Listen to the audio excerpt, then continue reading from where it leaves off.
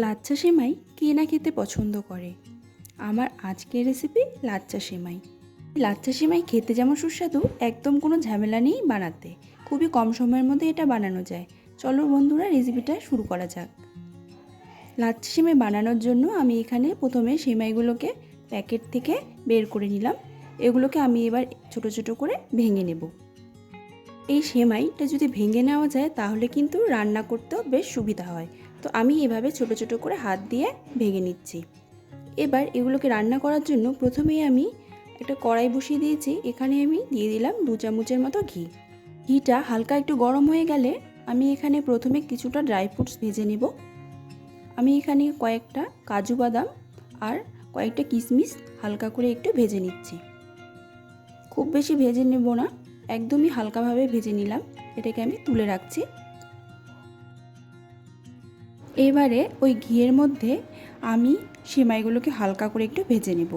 সেমাইটা যদি রান্না করার আগে একটু হালকাভাবে ভেজে নেওয়া যায় তাহলে কিন্তু এটা একদমই গলে যাবে না। অনেক সময় দেখা যায় সেমাই রান্নার সময় একদমই গলে যায়।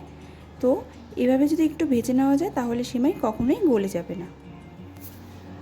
খুব বেশি ভাজার দরকার নেই, 1 থেকে 2 মিনিটের মধ্যেই এই সেমাই ভাজা কিন্তু হয়ে যায়। দেখো, এরকম অবস্থায় আমি নামিয়ে নিচ্ছি। এবার আবারও কড়াইটা ভালোভাবে ধুয়ে নিয়ে আমি বসিয়ে দিয়েছি। এই কড়াইয়ে আমি সামান্য একটু জল দিয়ে দিলাম।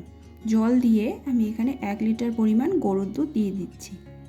যে কোনো রকম লিকুইড দুধ দিয়ে কিন্তু এই সেমাইটা রান্না করা যায়। এবার দুধটা ফুটতে যখন শুরু করবে এর মধ্যে আমি দিয়ে দিচ্ছি 2টো এলাচ। এলাচটাকে আমি থেতো করে দিচ্ছি।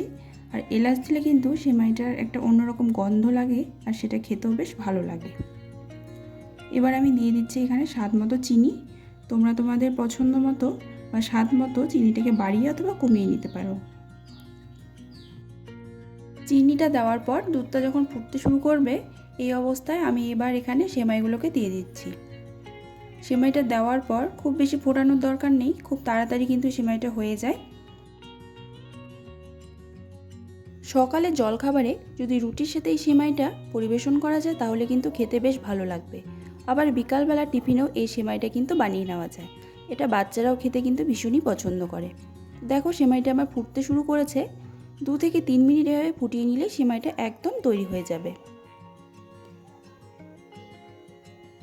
সেমাইটা আমার একদমই হয়ে গেছে। নামানোর আগে আমি এখানে ড্রাই ফ্রুটসগুলোকে দিয়ে দেব। ড্রাই ফ্রুটসগুলো দিয়ে আবার একটু নেড়েচেড়ে নিচ্ছি। আর অবশ্যই সেমাইটাকে একটু এভাবে রসালো অবস্থা নামিয়ে নিতে হবে, কারণ সেমাইটা নামানোর পর কিন্তু অনেকটাই শুকিয়ে যাবে। দেখো, আমি এবার গ্যাসের ফ্লেমটা বন্ধ করে এটাকে এখানে বসিয়ে রাখলাম 1 থেকে 2 মিনিট। এবার এই সেমাইটা ঠান্ডা হয়ে গেলে আমি এটাকে নামিয়ে নিয়ে পরিবেশন করব। দেখো, সেমাইটা আমার ঠান্ডা হয়ে গেছে। এবার আমি এটাকে একটা বাটির মধ্যে নিয়ে নিচ্ছি। সেমাইটা আমি যখন নামিয়েছিলাম তখন কিন্তু দুধের পরিমাণটা একটু বেশি ছিল। এখন দেখো, দুধের পরিমাণটা অনেকটাই কমে গেছে। সেমাইটা কিন্তু দুধটা অনেকটাই টেনে নিয়েছে। সেমাইটা কিন্তু দেখতে ভীষণই ভালো হয়েছে আর খেতেও কিন্তু এই সেমাইটা ভীষণই ভালো হয়। ওপর থেকে আমি কিছু ড্রাই ফ্রুটস আবারও দিয়ে দিলাম। এবার আমি একটা চামচ দিয়ে তোমাদেরকে দেখাচ্ছি। দেখো, সেমাইটা কিন্তু দেখতেও ভালো হয়েছে আর দেখেই মনে হচ্ছে বেশ সুস্বাদু হবে। তো বন্ধুরা, খুবই ঝটপট একটা রেসিপি। কেমন লাগলো অবশ্যই জানিও। আশা করছি তোমাদের ভালো লেগেছে। তোমরা চাইলে এভাবে রেসিপিটা বাড়িতে ট্রাই করে দেখতে পারো। খুবই সহজ আর ছোট্ট একটা রেসিপি শেয়ার করলাম। যদি ভালো লাগে অবশ্যই লাইক আর কমেন্ট করে দিও। আমার চ্যানেলে নতুন আর সহজ রেসিপির আপডেট পেতে হলে অবশ্যই আমার চ্যানেলটিকে সাবস্ক্রাইব করে রেখো। তাহলে নতুন নতুন রান্নার আপডেট সবার আগে কিন্তু তোমাদের কাছে পৌঁছে যাবে। আজকের মতো এখানেই শেষ করছি বন্ধুরা। ফিরে আসবো আবার কোনো নতুন রেসিপির সাথে।